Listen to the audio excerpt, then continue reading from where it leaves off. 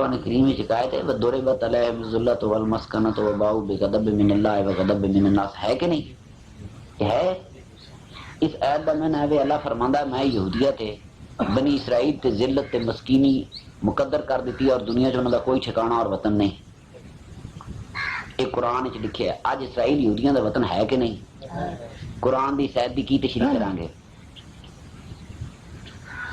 آج یہودی دنیا دا حکمران ہے کہ نہیں؟ قرآن بھی سچا ہے تو یہودی بھی سامنے کھلوتے ہیں۔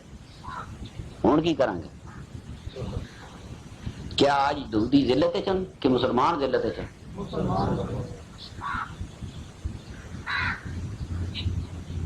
ہن کی کریں گے؟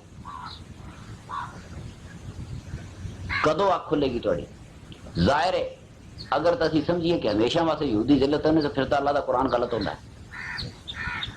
اسی یہی کہاں گے کہ یہودیاں تے جڑی ذلت دی اللہ نے نشانی دیتی تھی وہ اس ویلے دا حکم سی، آج دا نہیں۔ قرآن کا وہ حکم اس وقت کے مطابق تھا، آج نہیں۔ سارے حکم ہمیشہ واسطے نہیں۔ یہ ہمیشہ کے لیے ہو، خدا کہے کہ میں نے ذلت مسلط کرتی تو دنیا سے حکمرانوں سے پھر کیا بچے گا باقی؟ میں تو قرآن کا مسئلہ دس رہا ہوں، قرآن میں بھی وہ مسئلے بھی ہیں جو وقتی ہوتے ہیں، ساری عمر کے لیے نہیں ہوتے۔